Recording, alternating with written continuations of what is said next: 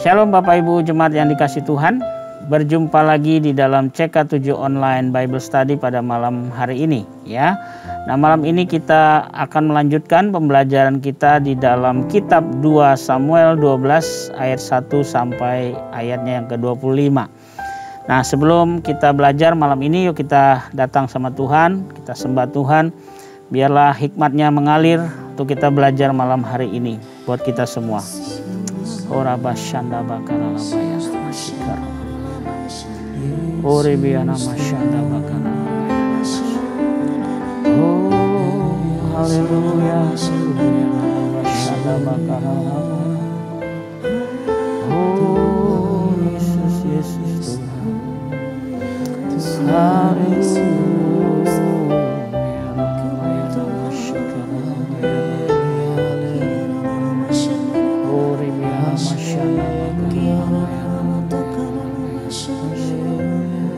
Haleluya. Ku bawa hidupku sekarang ke tempat kudus-Mu Tuhan. Di mezbah-Mu ku serahkan seluruh hidupku. Penuhi hatiku sekarang dengan urapan yang baru, agar aku lebih lagi mendengar suara-Mu.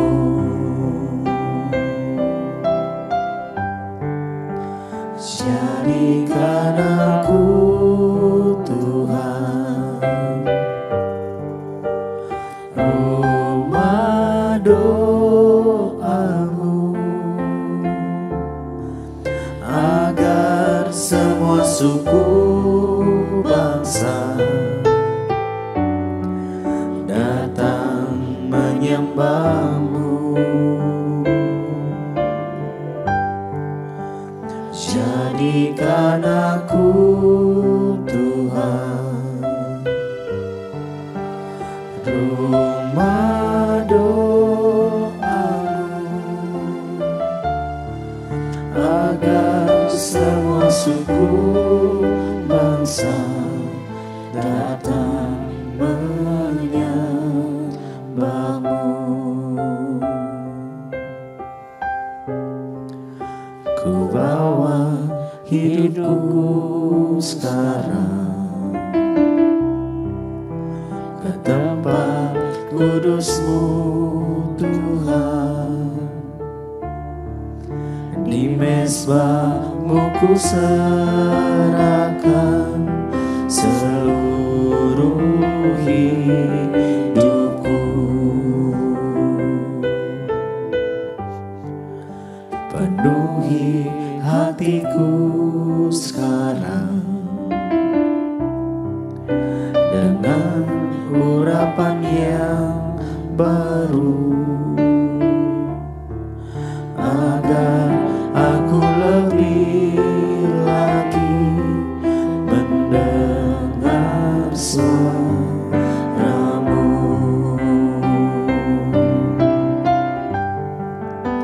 Jadikan aku Tuhan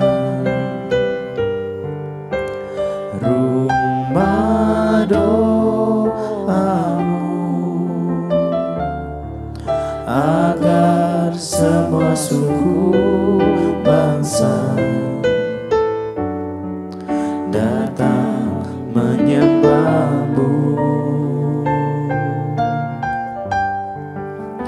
Jadikan aku Tuhan rumah doa-Mu, agar semua suku bangsa datang menyembah-Mu.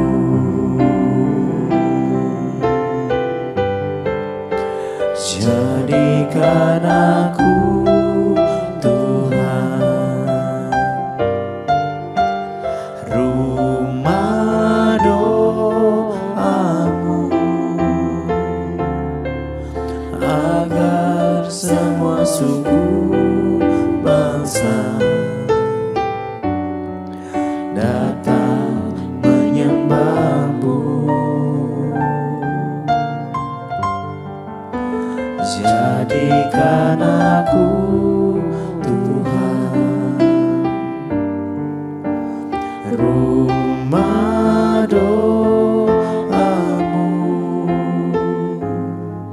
agar semua suku bangsa datang menyembahmu, agar semua suku bangsa, agar semua suku bangsa,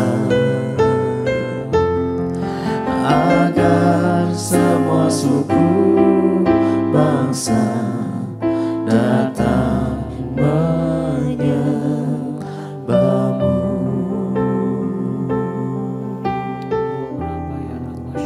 Sembahmu Tuhan,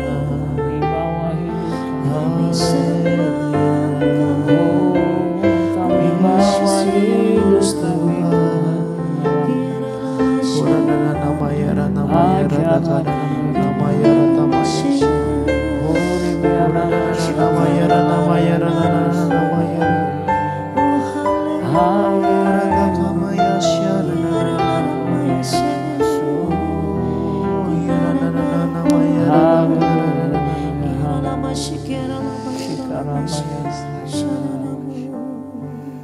Terima kasih Tuhan. Sejauh timur dari barat, Engkau membuang dosaku. Tiada kau ingat lagi pelanggaranku.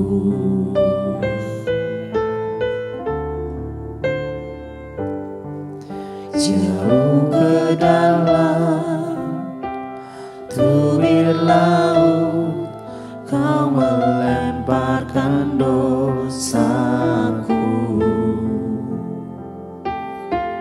Tiada kau perhitungkan kesalahanku.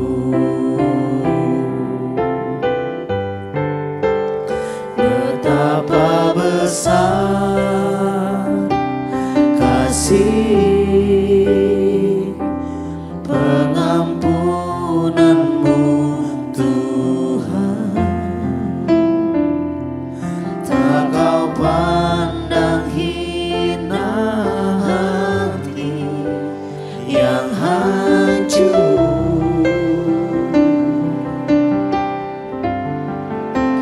Ku berterima kasih kepadamu ya Tuhan. Pengampunan yang kau beri, pulihkanku.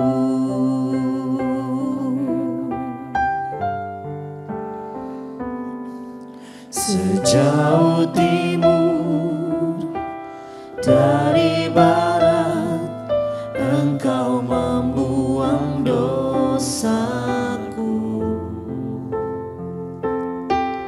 Tiada kau ingat lagi pelanggaranku.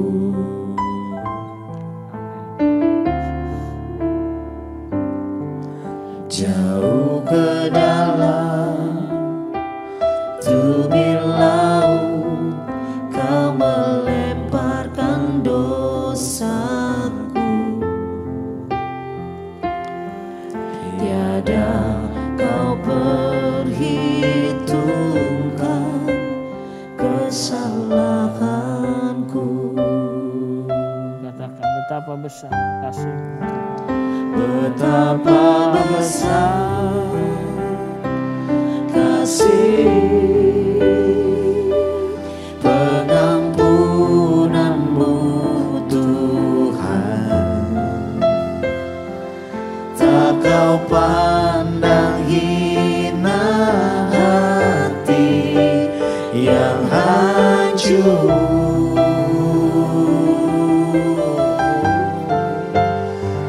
Berterima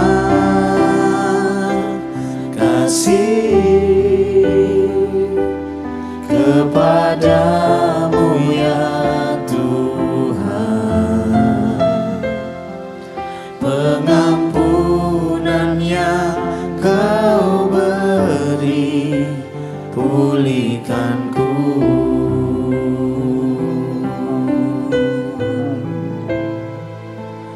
Pengampunan yang Kau beri, pulihkanku.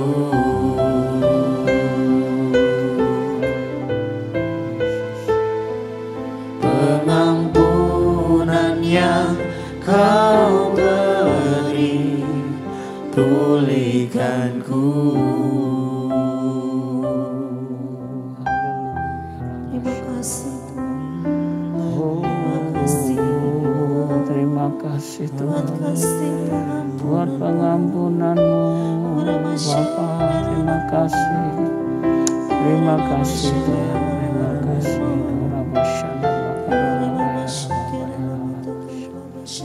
Haleluya, haleluya.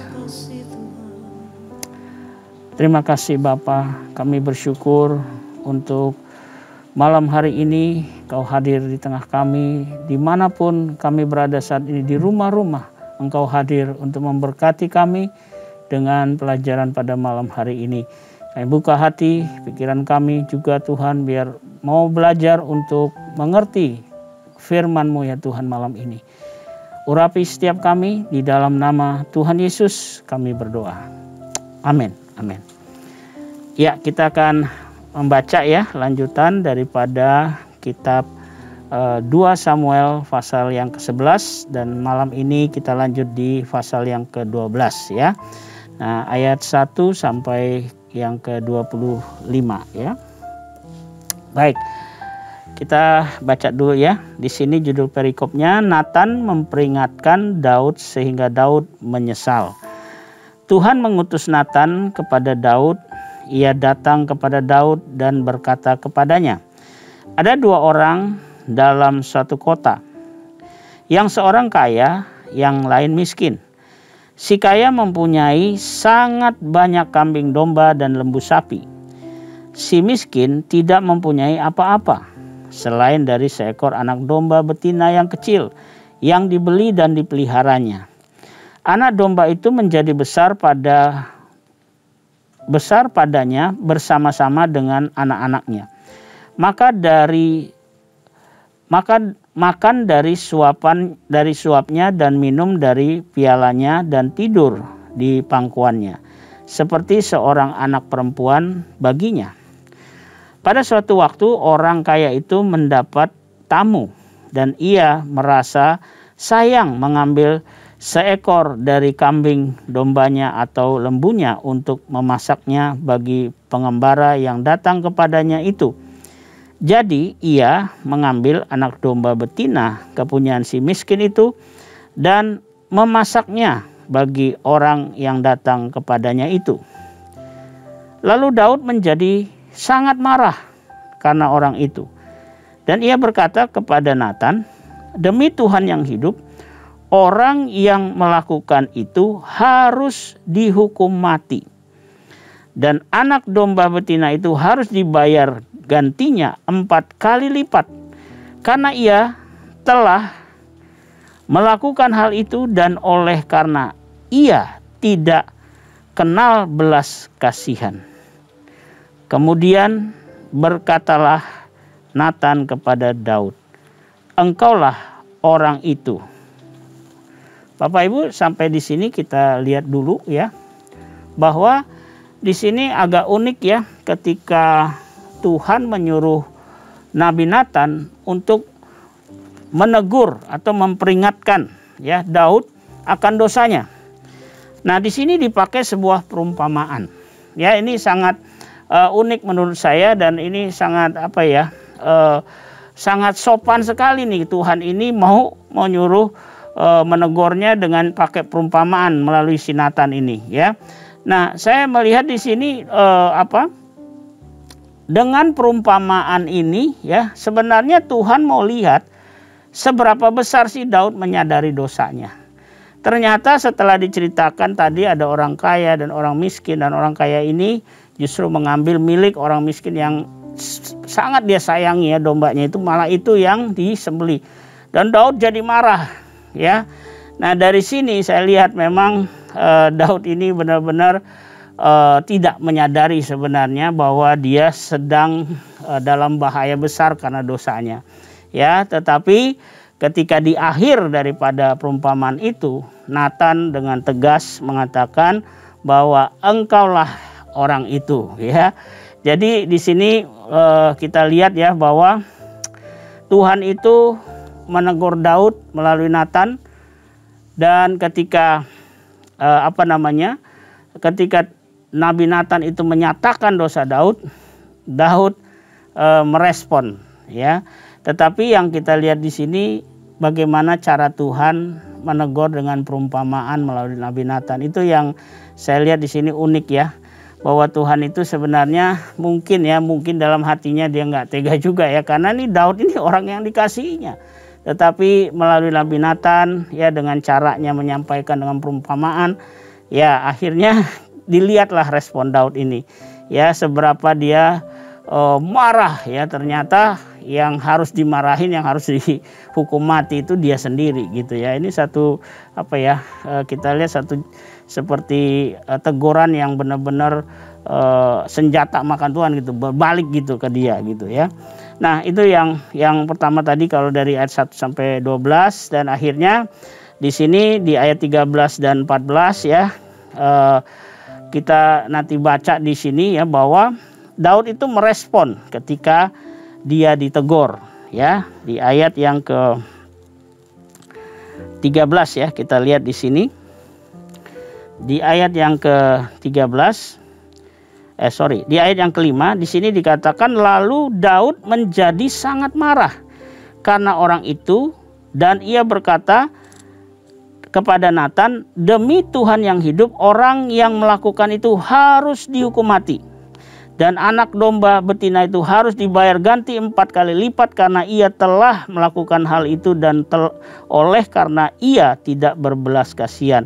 Kemudian berkatalah Nathan kepada Daud, engkaulah orang itu, beginilah firman Tuhan Allah Israel. Nah jadi setelah Nabi Nathan menyatakan bahwa itulah Daudlah yang orang kaya itu dari perumpamaan itu, lalu di sini Nathan memberitahukan ya hukuman yang akan diberikan kepada Daud ya. Dan di sini dikatakan bahwa Daud sendiri yang ngomong kan, tadi dia bilang orang itu harus mati. Nah Tuhan memberlakukan itu kepada Daud. Tetapi Bapak Ibu ya, tetapi di sini respon daripada Daud waktu ditegur, dia itu segera mengaku dosanya. Jadi dia ketika ditegur, nah disinilah dia menyadari bahwa dia sudah berdosa terhadap Tuhan. Nah Bapak Ibu, untung sekali di sini dia sadar ya dengan peringatan melalui Nathan ini ya. Daud di sini tidak menunda pertobatannya waktu dia dinyatakan bahwa dia bersalah di hadapan Tuhan ya. Jadi itu di ayat yang 13-14, dan kita lihat di ayat yang ke-15 ya. Di sini kita lihat nanti bahwa Daud itu membuktikan pertobatannya melalui sikapnya nanti ya, karena nanti di sini kan si Batsheba sudah mengandung ya. Nah nanti anak itu Tuhan menjatuhkan sakit ya, jadi anak itu jadi sakit dan sampai mati nanti anak itu. Tetapi Daud di situ menunjukkan bahwa dia sungguh-sungguh mau bertobat. Dia minta ampun, kalau dia berdoa sama Tuhan kalau bisa jangan sampai anak ini mati begitu ya. Nah, jadi Bapak Ibu kita lihat di sini bahwa seorang Daud tadi ya, ada satu hal yang kita lihat di sini ketika dia ditegur oleh Nathan dan dinyatakan bahwa melalui perumpamaan itu bahwa dialah orang yang kejam itu ya. Nah, dia tidak menunda lagi dan dia mengakui bahwa dia sudah berdosa di hadapan Tuhan. Ya. Nah, kita akan baca sedikit lagi di sini di ayat 24 dan 25 ya. Dikatakan di sini, kemudian Daud menghibur hati Batsheba, istrinya. Ia menghampiri perempuan itu dan tidur dengan dia. Dan perempuan itu melahirkan seorang anak laki-laki. Lalu Daud memberi nama Salomo kepada anak itu. Tuhan mengasihi anak itu.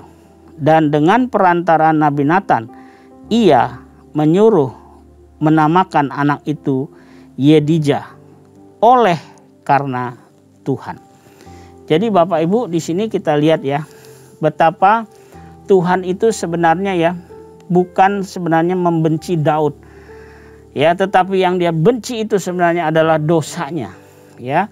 Karena tulus dari hati Tuhan itu kelihatan di sini, ya, dari cara Tuhan menegur Daud dengan perumpamaan ya melalui Nabi Natan. Terus ketika Daud meresponi pertobatannya itu, meresponi teguran Tuhan itu, dia nggak nunda-nunda lagi dan dia langsung ngomong, saya telah berdosa di hadapan Tuhan. Dan di sini kita lihat Tuhan pun merespon dengan pengampunannya, ya. Nah, di sini dikatakan ya bahwa Nabi Natan disuruh ngomong lagi sama Daud bahwa kamu nggak akan mati. Ya, berarti di sini luar biasa ya, pengampunan Tuhan itu luar biasa, ya.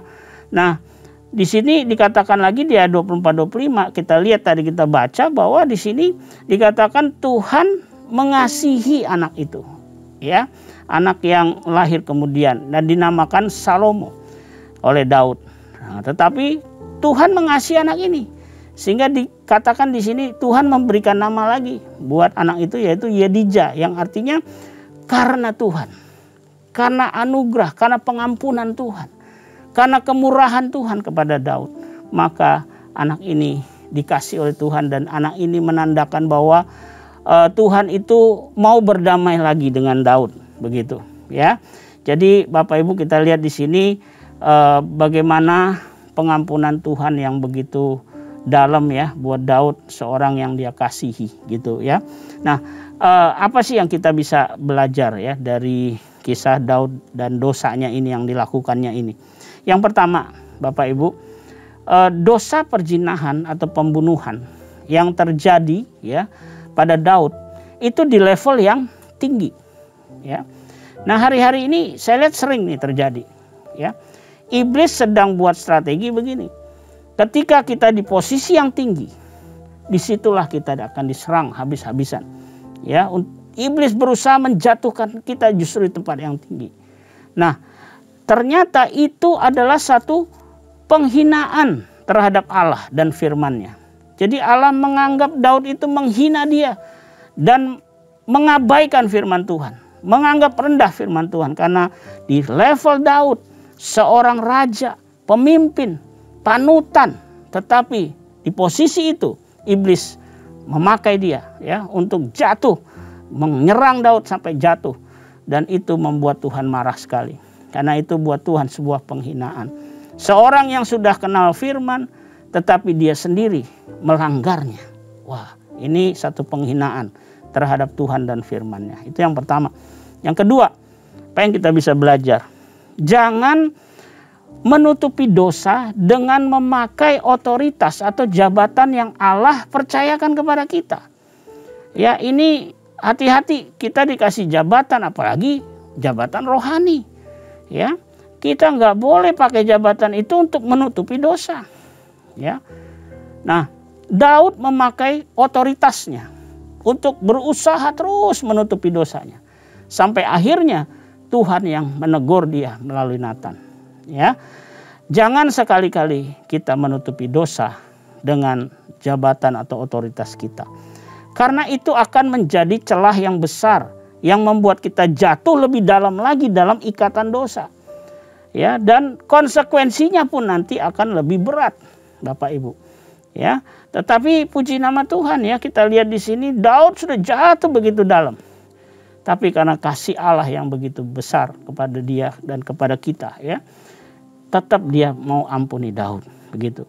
Yang ketiga, yang terakhir yang kita bisa belajar dari kisah Daud dan dosanya ini, Allah itu setia dan adil, Bapak Ibu.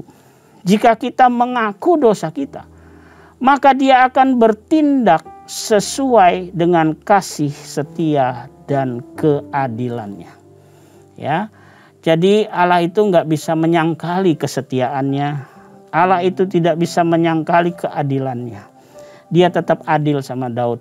Kita lihat ya, kalau kita baca tadi ayat itu dengan sekali lagi ya, berulang lagi kita baca ya, kita lihat di situ ada dikatakan bahwa Daud itu ya sudah jatuhnya di dalam dosa perzinahan, kemudian lanjut lagi dengan pembunuhan ya. Tetapi Allah itu tetap ya mengasihi dia. Ingat Bapak Ibu, Tuhan itu adil. Ya, jadi kalau kita jatuh dalam dosa, segeralah kita selesaikan dosa kita. Karena Dia setia dan adil. Dia akan menghapus dosa kita. Dia nggak akan ingat-ingat lagi. Nah ini yang saya bilang tadi, pengampunan Tuhan itu luar biasa. Kasih setia Tuhan itu luar biasa. Karena itu malam ini ya, kalau kita di rumah-rumah ya, Bapak Ibu Saudara di rumah, kalau ada dosa dalam hidup kita, apalagi bukan kebetulan hari ini ada dosa perzinahan, pembunuhan yang dilakukan Daud yang kita belajar malam ini. Ayo segera bertobat. Ingat ya, jangan tutupi dosa kita. Jangan berusaha kita lari dari itu. Tetapi kita datang sama Tuhan. Dan kita katakan, aku telah berdosa kepada Tuhan. Ampuni aku Tuhan. Biarlah malam ini kita semua boleh dipulihkan oleh Tuhan. Jika kita ada dosa dalam kehidupan kita. Ya, mari saya rindu kita berdoa. Saya akan doakan Bapak Ibu di rumah-rumah ya. Kita datang sama Tuhan, kita berdoa ya. Bapa di surga, terima kasih melalui pembelajaran malam ini kisah Daud dan juga ketika dia jatuh dalam dosa. Kami banyak belajar melihat betapa Engkau Allah yang setia, Allah yang adil, dengan pengampunan-Mu ya Tuhan yang begitu dalam kepada Daud. Biarlah malam ini kami juga dijamah oleh Tuhan. Biar hati kami juga seperti Daud ketika mungkin kami ada dosa yang kami lakukan dalam hidup kami. Biarlah malam ini Tuhan kami tidak berusaha menutupinya. Tapi kami mau mengakui di hadapan Tuhan. Dan Tuhan, Engkau mengampuni dan memulihkan kami semua malam hari ini. Terima kasih Bapa yang baik. Malam ini juga kalau mungkin ada yang sakit, kiranya oleh bilur-bilur Tuhan Yesus seperti firman-Mu berkata, bahwa semuanya penyakit sudah ditanggung di kayu salib dan semua penyakit sudah disembuhkan oleh bilur-bilur Yesus. Di dalam nama Tuhan Yesus. Terima kasih Bapak, terima kasih. Kami bersyukur untuk malam hari ini. Dan sebelum kami berpisah, biarlah kiranya Engkau mencurahkan berkat-Mu buat kami semua malam hari ini, dimanapun kami berada. Mari Bapak Ibu Saudara yang dikasih Tuhan, kita angkat tangan kita dan arahkan hati kita kepada Tuhan. Pulanglah dan terimalah berkat yang berlimpah-limpah di dalam Kristus Yesus dengan persekutuan yang manis dengan Roh Kudus akan menyertai kita semua mulai saat ini sampai Maranatha. Tuhan Yesus datang menjemput kita semua di awan-awan yang permai, bahkan untuk selama-lamanya. Mari kita yang percaya dan diberkati Tuhan sama-sama katakan amin, amin, amin. Selamat malam, selamat beristirahat. Kiranya Tuhan memberkati kita semua. Amin.